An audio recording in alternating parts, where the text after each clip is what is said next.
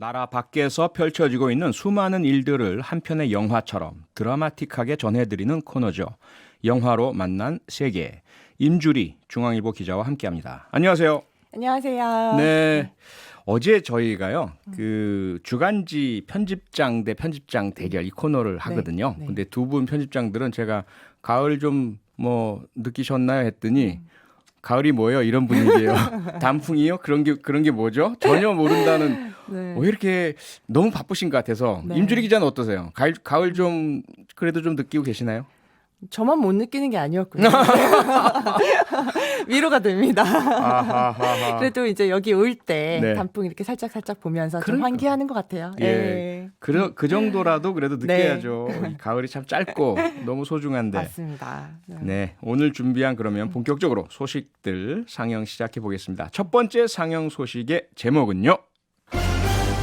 후쿠시마 오염수 정말 바다에 버릴 거니? 정말 조금 전에 앞서서 네. 그 일본에 계시는 이영채 교수님 연결해서 어제 스가 총리의 국회 연설, 심경 뭐 표명 연설인가 그에 대해서 질문들을 드렸는데 이 문제에 대해서 어떻게 생각하시냐, 어떤 상황이냐, 어떤 분위기냐 여쭤보니까 뭐 후쿠시마 어민들, 네. 그 국내 여론 이것 때문에 지금 보류했지 뭐 국제 환경에 대한 부분이나 우리 대한민국에 대해 미칠 영향 이런 건 전혀 안중에도 없다 이런 답변을 하시더라고요. 네, 뭐 그랬을 것 같지만 또 정작 말씀을 전해드리니 조금이 아니라 많이 화가 나네요. 그러게요. 일단 그 말씀하신 것처럼 예. 원래는 오늘 그거를 방류를 할 것인가 말 것이냐 결정을 하기로 했다가 이제 네. 좀 미뤘잖아요. 이걸 조금 제가 설명을 해드리면 예. 2011년 3월에 일본 도호쿠 지방에 지진과 지진 해일이 덮쳐서 그때 네. 이제 후쿠시마 제1원전이 손상된 사고가 있었죠. 그렇죠. 바로 그 얘기입니다. 네. 그 원전 얘기인데 일본 정부가 이곳에서 나오는 오염수를 바다에 방류하겠다. 뭐 이래서 큰 논란이 됐고 네. 뭐 당연히 우리나라에서도 지금 굉장히 뒤숭숭하죠. 그러니까요. 네. 또 오염수 뭔가 좀 위험하고 방사능 물질이 있을 수 있을 것 같고 이렇긴 한데 정확하게 구체적으로 이 오염수란 게 어떤 건지 좀 설명을 해주세요. 네, 원전에서는요 연료가 핵 분열을 할 때 발생하는 열을 식히기 위한 냉각수가 꼭 필요한데 예. 원래 이제 정상 가동하는 원전에서는 냉각수가 핵연료와 직접 닿을 일이 없잖아요. 그렇죠. 근데 이제 후쿠시마 원전은 사고가 나서 핵 연료가 있는 원자로가 녹아내린 상태입니다. 그렇죠. 그래서 냉각수는 이제 계속 순환시켜서 사용하고 있다고는 하지만 문제는 거기에 지하수랑 빗물이 계속 흘러들면서 아하. 방사성 물질이 닿은 오염수가 계속 불어나고 있는 상황이에요. 예. 그래서 이제 지금 일본 정부에서는 저장 탱크에 그거를 넣어두고 있는데 저장 탱크에 넣는 것도 하루 이틀이지 벌써 지금 시간이 10년 다 돼가잖아요. 예. 그러니까 한계치에 다 다른 거죠. 그 네. 탱크들이 꽉 차 있다 이렇게 이해가 되네요. 그래서 좀 방류하겠다? 네, 그렇습니다. 2022년 여름쯤에는 오염수 탱크가 꽉 차기 때문에 아하. 이제야말로 진짜 어쩔 건지 진짜 그 최종적인 처리 방식을 결정해야 한다는 게 일본 정부와 도쿄전력 이거 네. 관리하는 회사죠. 도쿄전력의 입장입니다. 그러니까 단순히 생각하면 그러면 탱크를 좀 더 늘리면 되잖아. 그렇죠. 이렇게 생각할 수 있는데 예. 인근 주민들의 반발이 너무 심하게 예상이 되니까 이것도 쉽지가 않습니다. 그래서 적정 수준으로 방사능을 좀 낮추는 처리를 한 다음에 바다에 방류하는 안이 가장 유력하게 떠올랐는데 예. 이제 아까 말씀해 주신 대로 일본 시민들 특히나 어민들의 반발이 정말 심해서 정말 아하. 거센 반대에 부딪힌 겁니다. 특히나 이제 일본 정부가 투명하게 정보를 공개를 안 한다. 이런 불신이 차곡차곡 쌓여있던 상황에서 네. 해양에 방류하겠다. 이러니까 더욱 분노를 한 거죠. 네. 그 임주리 기자 얘기를 들으니까 이 오염수가 무척 위험한 방사능 물질이 이렇게 섞여 있는 네. 그런 그 위험 물질인데 이걸 바다에 방류한다. 도대체 어떻게 그런 생각을 할 수 있을까요? 일본 정부의 주장은요. 네. 이게 오염수가 아니라 이 나름의 일종의 이제 정화 과정을 거친 네. 처리수다. 처리수. 네, 처리수라면서 이건 인체에 무해하다 이렇게 강조를 하고 있어요. 어허. 근데 전문가들은 이게 처리되지 않고 그냥 방류될 가능성이 0%가 아니잖아요. 그럴 가능성이 그렇죠. 있고 그렇죠. 무엇보다 지금 현재 기술로는 지구의 어느 나라에서도 삼중수소 즉 트리튬이라는 이 물질의 위험 이거는 제거를 못한대요. 저도 이번에 알았는데 네. 근데 이 트리튬의 위험성은 크다고 보고 있습니다. 근데 그럼에도 일본 정부가 왜 바다에 그러면 일본 정부가 이거 모를 리가 없잖아요. 그러게요. 그럼에도 이제 대기 방출이나 이런 다른 방법 대신에 이 방법을 택한 거는 이게 제일 싸고 쉽다고 해요. 가장 싸니까 예, 예, 돈 때문에. 네. 아이고, 아니, 지금 트리튬 3중 수소 얘기를 해주셨는데요. 네. 얼마 전에 월성 1호기 네, 인근 네. 주민 그러니까 할머니 한 분이 그 1인 시위를 계속 하시던데 이분이 이제 3중 수소가 몸에 쌓이고 주민들 중에도 많다 이런 말씀을 주셨어요. 네. 이 3중 수소 트리튬 이게 뭐죠? 어떤 거죠? 이제 트리튬 이게 이제 방사성 물질 중에 하나인데요. 네. 암을 유발하고 아, 특히나 생식 기능에 영향을 끼칠 수 있다고 알려져 있습니다. 아기를 못 낳는. 예, 예. 아. 이제 잘 알려진 세슘 같은 건 워낙 좀 유명하잖아요. 예, 많이 들었죠. 예. 세슘 같은 물질보다는 괜찮다고 하지만 그리고 또 보통 이게 포함된 음식을 먹더라도 뭐 보름이면 배출된다라고 하지만 네. 문제는 언제나 축적이죠. 아하. 예. 이게 이제 해양 생물이 계속 쌓이고 또 우리가 수산물이 계속 먹고 그렇다 보면은 계속 몸에 축적될 수밖에 없잖아요. 그렇죠. 아마 그 할머님도 이제 예. 그런 거를 주장하셨을 것 같은데 일본에서 이 방사능 오염수를 해양에 방류할 경우 1년 정도면은 동해 전체로 퍼진다. 이런 시뮬레이션 결과도 지금 나와 있습니다. 예. 당연히 우리 시민들이 놀라고 우리 정치인들이 항의를 할 수밖에 없는 상황이죠. 그렇죠. 근데도 일본 정부는 빗물에도 있고 수돗물에도 트리튬이 있다. 너무 과장되어 있는 공포다. 이렇게 주장을 하고 있습니다. 아니, 그 얘기는 뭐 전자레인지에서도 나오고 뭐 무슨 엑스레이 찍어도 방사능 나온다. 피폭된다. 예. 아 그거랑은 전혀 그 피폭량이라든지 네. 물질이 다른 거 아닙니까? 참 답답하네요. 네. 네, 어쨌든 일본 정부가 어떻게 나올지 정말 두 눈 똑바로 뜨고 지켜봐야 될 것 같고요. 우리한테 직접적으로 영향 미치는 문제니까요. 그렇습니다. 네. 그러면 이 문제를 어떤 영화로 한번 비교해서 들여다볼 수 있을까요? 네. 저도 이제 이거에 관심 가지실 분이 정말 많으실 것 같아서 제가 예. 어저께 여러 가지를 찾아봤어요. 그리고서 다큐멘터리 후쿠시마의 미래라는 작품이 일단 나와 있더라고요. 후쿠시마의 미래. 네, 이거 어허. 저희 우리나라 감독이 만들었어요. 아 그래요? 네, 이게 어떤 내용이냐면 5년 전에 나왔고 찍은 예. 건 2013년이더라고요. 그러니까 사고가 난 지 한 2년 정도 지나서 이 다큐멘터리 촬영을 했는데 예. 어떤 내용이냐? 일본 시민들이 1986년에 원전 폭발 사고가 났던 우크라이나 체르노빌을 찾아가는 얘기입니다. 아, 예, 예, 체르노빌. 그래, 예. 예. 근데 이 다큐를 봤더니 그 일본 시민들도 얼마나 걱정을 하겠어요. 맞아요. 그래서 체르노빌에 그렇죠. 가서 예. 하는 얘기가 일본 정부는 체르노빌 사고 당시에 소련만큼이나 정보 공개를 제대로 하지 않고 있다. 이런 말이 이 다큐에 나와요. 1986년 네. 소련보다도 이 2013년 14년에 일본이 일본도 정보 나은 공개- 게 없다. 네, 나아진 게 없다. 이런 말이 나옵니다. 그래서 제가 좀 서론이 길었는데 예. 진짜로 추천드리고 싶은 영화가 아니고 드라마인데요. 예. 체르노빌이라는 미국 드라마예요. 아, 체르노빌이 드라마로 나왔어요? 네, 그게 아. 드라마로 나왔는데 예. 5부작 드라마라서 일단 길지가 않고요. 국내에서도 지금 쉽게 구해서 보실 수 있는데 네. 원전 사고라는 게 얼마나 위험하고 허허. 또 그 후유증이 얼마나 무서운지 보여준다는 면에서 일단 보실만하고 그것보다 더 중요한 거는 투명한 정보 공개라는 게 얼마나 중요하냐. 맞아요. 이거를 맞아요. 진짜 깨닫게 한다는 점에서 제가 이 드라마를 정말 강력 추천해드립니다. 네. 하하. 네. 임주리 기자가 강추하는 드라마 체르노빌 그리고 네네. 이 다큐멘터리 후쿠시마의 미래도 꼭 봐야 되겠네요. 네네. 두개 보시면 같이? 네, 좀 이렇게 저는 많은 거를 배웠습니다. 아하. 보면서. 네. 네, 네. 알겠습니다. 주말에 제가 꼭 보겠고요. 두 번째 소식의 제목은요? 정신 감정 받아라. 프랑스와 터키 왜 싸우나? 정신감정 받아라. 글쎄요. 이게 좀 네. 자세하게 듣고 싶네요. 네. 일단 너무 이게 자극적인 말인데 어떤 얘기입니까? 네, 그 얼마 전에 예. 제가 그리스와 터키가 동지 중에서 가스전 탐사를 두고 좀 아, 투닥투닥 맞다. 하고 있다. 맞아요. 예. 그 소식 전해주셨죠. 네, 이 얘기 전해드리면서 근데 여기서 갑자기 생뚱맞게 프랑스가 네. 그리스 편을 들면서 이제 프랑스와 터키가 갈등 중이라고 말씀을 드렸었습니다. 맞아요. 예. 그래서 근데 이번에는 프랑스와 터키가 직접 아하. 부딪히는 사건이 일어났습니다. 네. 왜 그렇죠?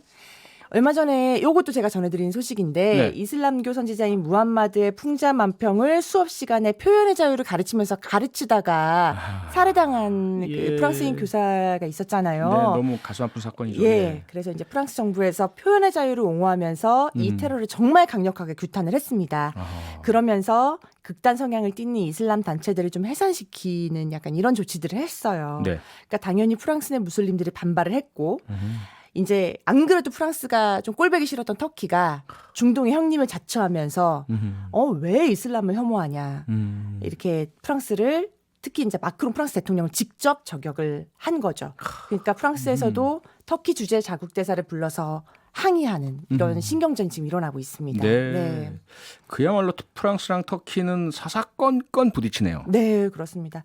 사실 이뿐만이 아니에요. 예. 제가 이것도 저번에 전해드렸는데 카프카스 지역에서 아제르바이잔이랑 아르메니아라는 두 나라가 싸우고 있다고 제가 맞아요. 말씀을 드렸었는데 그랬죠. 예. 프랑스와 터키가 여기서도 부딪히고 있습니다. 그래요? 네. 그리고 뭐 내전 중인 지금 북아프리카 국가죠. 리비아에서도 각각 다른 세력을 지원하면서 계속 이렇게 서로 다른 편을 들면서 아하. 싸우고 있어요. 네. 그러면 프랑스랑 터키만이 아니라 프랑스와 유사한 유럽 국가들, 네. 또 터키와 노선이 유사한 중동 국가들 당연히 관심 많겠네요. 그렇죠. 너무 사사건건 부딪히니까 다른 유럽 국가들이 좀 걱정을 많이 했어요. 네. 예, 근데 왜냐하면 이 둘 다 나토 북대서양 조약기구죠. 예. 프랑스도 그렇고 터키도 그렇고 이 나토 회원국이에요. 아, 그것도 그렇죠. 그렇죠. 주요 회원국이죠. 예. 그러니까 나토가 혹시나 분열하면 안 되잖아요. 아하. 네, 왜냐하면 유럽 입장에서는 이제 러시아 세력 등을 견제하기 위해서 나토가 굉장히 필요한데 공동 방위니까. 네. 예. 중요한 두 국가가 싸우면 안 되니까 아. 유럽 국가들이 이렇게 걱정하고 있었는데 네. 이번에는 유럽 국가들이 프랑스 편을 들어주고 있습니다. 어허. 예, 왜냐하면은 유럽 사람들이 표현의 자유를 우리 생각보다 정말 상상 이상으로 굉장히 중요하게 생각을 하더라고요. 그렇죠. 예. 네. 그러니까 중동의 이슬람 국가들도 가만히 있지 않죠. 네. 프랑스 제품 안 산다. 아하. 예, 이러면서 터키 편을 들고 있는 그런 상황입니다. 중동은 이슬람이 신성하니까 제일 중요하고. 네. 예, 이게 국가들 간의 관계를 보면 보통 대립하는 국가들은 중국, 인도도 그렇고요. 이게 인접한 국가들이잖아요. 보통 그렇죠. 그런데 네, 프랑스랑 터키는 꽤 많이 떨어져 있지 않습니까? 맞습니다. 뭔가 좀 다른 맥락과 이유가 있을 것 같은데요. 이게 제가 찾아보니까 예. 원래는 프랑스랑 그 터키의 전신이죠. 오스만 제국이 아, 사이가 오스만. 네. 사이가 계속 나빴던 거는 아니에요. 음흠. 1500년대에 유럽 전체를 이제 합스부르크 왕가가 워낙 쥐락펴락하니까 합수부르크 왕국. 예. 그거에 맞서기 위해서 프랑스랑 오스만 제국이 손을 잡아서 그 연합이 한 200년 넘게 꽤 오래 갔었거든요. 어허. 그 이후 그러니까 그때 엄청 많은 교류를 했겠죠. 예, 동맹이었네요. 네, 그때 음흠. 동맹이었습니다. 예. 이후에 물론 틀어지기는 했지만 주야장천 계속 안 좋았던 게 아니라는 아니다. 뜻입니다. 예. 네. 근데 이제 2000년대 들어서 터키가 프랑스의 서운함을 갖게 된 거는요. 네. 이제 프랑스가 유럽 연합의 중심 국가잖아요. 독일이랑 같이. 그렇죠. 근데 터키가 유럽 연합 가입을 너무너무 하고 싶어 하는데 예. 그거를 계속 반대를 했습니다. 아, 프랑스가. 네. 그리고 2006년에는 이제 터키 너네 한 100년 전쯤에 아르메니아 사람들 대학살 저질렀잖아. 그래서 아하. 이걸 비난하는 결의를 갑자기 의회에서 통과를 시켜요. 어허. 그러니까 터키 입장에서는 야, 뭐 알제리 같은 데서 사람들 죽이고 힘들게 한 건 너네 아니냐? 막 이러면서 더 심했으면서 뭐 이런 거. 둘이 어허. 감정적인 골이 그때부터 좀 조금씩 더 깊어지고 지금까지 이렇게 온 건데요. 예. 사실은 마크론 대통령이나 네. 에르도안 대통령이나 둘 다 약간 국내 지지자들의 결속을 위해서 좀 외부의 적을 활용하는 게 아니냐 이런 비판들도 나오고는 있습니다. 어디나 그런 문제가 네, 있죠. 네. 야, 전혀 몰랐던 새로운 사실을 윤주리 기자에게 들었네요. 저만 몰랐는지 모르겠지만 약간 좋은 교육을 받았고요. 자, 이제 마지막 소식 상영할 시간인데요. 마지막 소식의 제목은요. 군부 독재 시절 헌법 폐기됐다. 칠레의 환호. 군부 독재 시절 헌법이라면 뭐 당연히 상당히 안 좋은 독소 조항이 많을 텐데 네. 칠레 국민에게 일단 축하를 드릴 일 같네요. 네, 그렇습니다. 좀 지리적으로는 정말 멀지만 우리랑 자유무역 협정을 최초로 맺은 나라잖아요. 아, 맞다. 예. 칠레는 참 우리의 우호국인데 칠레 와인. 네. 예. 먹고 싶네요. 예. 이 나라에서 지난 25일 개헌을 할 거냐 말 거냐를 두고 국민 투표를 열었었는데 투표율도 참 높았고요. 네. 압도적으로 개헌하자. 이런 의견이 많이 나와서 예. 정말 40년 만에 개헌을 할 수 있게 됐습니다. 40년 만에. 네. 또 이제 이 투표를 하면서 만약에 새 헌법을 만들게 된다면은 누가 만들었으면 좋겠어요. 요런 것도 물어봤는데 네. 이때 이제 기존 의원은 싫다. 아하. 시민 대표들로 재헌 그 의회를 구성해서 다시 구성해서 네, 새로 만들자. 이런 압도적인 지지를 받았을 정도였습니다. 이제 그만큼 기존 정치인들에 대한 좀 불신이 깊었나 봐요. 근데 저로 이렇게 뭐 의미가 담긴 눈길을 쳐다보세요. 아닙니다. 네. 저는 이미 떠났습니다, 정치를. 네. 하여간에 예 그렇고요. 네. 그 이런 상황이 특별히 중요한 이유가 또 있을까요? 네. 이게 뭐 현재 칠레 헌법을 좀 봐야 되잖아요. 네. 예, 현재 칠레 헌법이 1980년에 제정된 일명 피노체트 헌법이라고 불리는 예. 아실 거예요. 네. 군부 독재 시절의 산물이기 때문에 맞아요. 중요한데요. 예. 이 살짝 짧게만 말씀드리면 원래는 1970년대 사회주의 정당 소속이던 살바도르 아옌데 대통령이 1970년대 칠레를 집권을 하고 있었는데 네. 피노체트가 군부 쿠데타를 일으켜서 1973년부터 90년까지 독재 정치를 합니다. 그렇죠. 이때 정말 엄청나게 많은 사람들이 죽어나갔고 지금도 그 상처가 당연히 남아 있어요. 칠레에는. 그렇죠. 예. 그렇겠죠. 근데 이때 피노체트가 통치를 하면서 1980년도에 만든 헌법이 기본권을 당연히 제한한 요소들이 있고요. 아하. 그다음에 칠레를 완전히 신자유주의국으로 만드는 그런 요소들이 담겨 있었습니다. 아하. 그래서 칠레 사람들은 이 헌법 때문에 우리의 양극화가 너무나 심해졌어 이런 생각들을 해요. 네. 그래서 이번 헌법 폐기가 굉장히 좀 중요한 의미를 가지고 있습니다. 독재의 네. 극복, 또 네. 경제적 불평등의 해소. 그렇습니다. 네. 작년에 칠레에서 시위가 대단히 많았던 기억이 있는데요. 네, 그렇습니다. 그 지하철 요금 50원을 올린다 맞다, 그랬더니 맞다. 예. 근데 이제 그동안의 분노가 완전히 폭발을 했죠. 50원으로 집중을 한 거네요. 네. 그래서 반정부 시위가 뭐 작년 10월부터 거의 올 초 뭐 코로나 터질 때까지 계속 있었으니까요. 어허. 무엇보다 아까 말씀드렸듯이 극심한 양극화에 대한 분노가 정말 컸는데요. 네. 이 칠레는 중남미에서는 안정된 국가인데 음흠. OECD 30개국 중에서 불평등이 가장 심한 나라로 꼽힙니다. 그래요? 네. 그래서 이 시위로 인해서 이 피노체트 헌법 폐기를 하자라는 말에 힘이 실리게 된 측면이 커요. 아하. 그러니까 이제 50원 올린 게 우리나라로 치면 뭐 그게 이렇게 난리 칠 일이야 하겠지만 경제적인 불평등이 심하니까 네. 그 서민들에게는 엄청난 부담이었다 이렇게 네. 보겠네요. 제가 이때 기사 썼던 기억으로는 이렇게 올라가면은 서민들의 경우 대중교통비가 네. 월급의 20%가 넘는다. 50원 인상이. 네, 저도 그 기사 쓰면서 놀랬던 기억이 나요. 아하. 네. 자, 그러면 개헌이란 게 이렇게 결정됐다 해도 쉽지가 않잖아요. 상당히 험한 과정이 거칠 텐데 앞으로 어떻게 진행될 것으로 예상하세요? 네, 뭐 말씀하셨듯이 바로바로 되지는 않겠죠. 예. 네, 일단 시민 대표를 선출해야 되잖아요. 그렇죠. 네, 그게 내년 4월이고요. 허허. 또 이제 대표들이 막 이런저런 논의를 거치는 과정에서 당연히 부딪힐 거고요. 그러니까요. 그래서 새 헌법안이 나오면 또 그거를 받아들일 거냐 말 거냐를 두고 아. 2022년에 또 투표를 한다고 또 국민 합니다. 투표를. 네, 그래서 아. 사실은 이제 지금은 축제 분위기지만 네. 당분간은 이제 조금 혼란스러운 분위기가 좀 지속될 것 같아요. 네. 그러네요. 마냥 축하만 드릴 일은 아니고 앞으로 험난한 과정에 좀 응원도 좀 드려야 될 네. 거 관심을 가져야 되겠네요. 그렇습니다. 네, 칠레가 네. 상당히 이렇게 긴 나라잖아요. 맞아요. 예, 그럼 멋진 나라인데 네. 잘 됐으면 좋겠습니다. 자, 이제 엔딩 크레딧 나갈 시간이 벌써 왔는데 네. 이번 주 영화로 보는 세계에 대한 한 줄 평 주시죠. 네, 바다는 한 나라의 독점이 아니라 전 지구인이 같이 누리고 써야 하는 공간이죠. 끝. 예. 네. 1호로 해주셨어야 되는 거 아닌가요? 네. 우리는 다 동의하는데 1호로 누가 번역을 해서 전달해 주시면 감사할 것 같습니다. 중앙일보 임주리 기자였습니다. 다음 주에도 재미있는 국제 소식 부탁드리고요. 영화도 좋은 선택 부탁드리고 오늘 고맙습니다. 네, 감사드립니다. 네. 평일 저녁 6시 5분에 여러분을 찾아갑니다. MBC 라디오 표창원의 뉴스 하이킥.